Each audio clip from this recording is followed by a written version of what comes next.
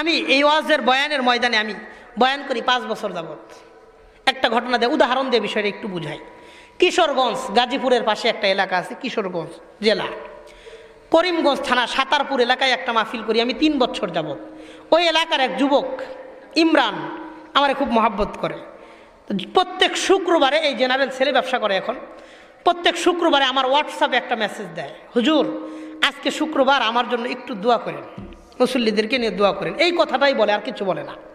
দীর্ঘ 1.5-2 বছর যাবত এই নিজাম, এই মামুল তার সাথে চলতেছে, কোনো দিন মিস দেয় না। তো আমিও খুব গুরুত্বের সাথে এর জবাব দিই, যতই ব্যস্ত থাকি তার মেসেজের উত্তরটা দিই, রিপ্লাইটা দিই। কারণ একজন জেনারেল ছেলে আলেমকে মহাব্বত করতেছে, সুসম্পর্ক রাখতেছে, এর ধরে রাখার দরকার আছে, গুরুত্ব দেওয়ার দরকার আছে। আমি যদি ঢিল দেই অন্য মানুষ এসে নিয়ে যাবে। এই জন্য যে কোনো স্কুল কলেজের ভার্সিটির ছেলেরা আলেমদেরকে মহাব্বত করলে তারা এটা ধরে রাখার দরকার আছে। ওই ছেলেটা মেসেজ দেয়, হুজুর আজকে শুক্রবার আমার জন্য দোয়া করেন। এই কথাটাই বলে 2 বছর যাবত। হঠাৎ এক শুক্রবারে 12:30টার কাছাকাছি আজান হবে অবস্থা, আমি অজু করে রুমে যাই, দেখি কিরে আজকে তো ওর মেসেজ আসে নাই। কেমন যেন আমার নিয়মিত একটা ব্যস্ততার অংশ হয়ে গেছে। আমি আর মেসেজ না দিয়ে সরাসরি কল দিছি, ভাই আজকে মেসেজ দিলেন না, এরকম কিছু জিজ্ঞাসা করব। হঠাৎ দেখি ওই পাশ থেকে কান্নার আওয়াজ। কল রিসিভ হওয়ার পরে ছেলেটা কাঁদতেছে। তা আমি অবাক হয়ে গেলাম, আমার কণ্ঠ একদম স্তব্ধ হয়ে গেল, শান্ত কণ্ঠ হয়ে গেল। আমি শান্ত কণ্ঠ নিয়ে জিজ্ঞাসা করলাম, ভাই কি খবর?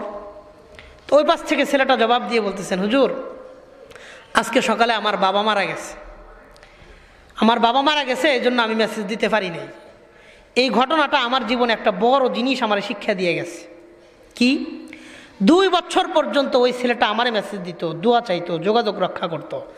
আজ যেদিন তার সবচাইতে বেশি দোয়ার দরকার, দোয়ার প্রয়োজন, একটু তাসাল্লির প্রয়োজন, সান্ত্বনার প্রয়োজন, একটু হিম্মত আফজাইর দরকার, ওই দিন তিনি আমারে স্মরণ করেন নাই, উল্টা আমি তাকে স্মরণ করে বসেছি।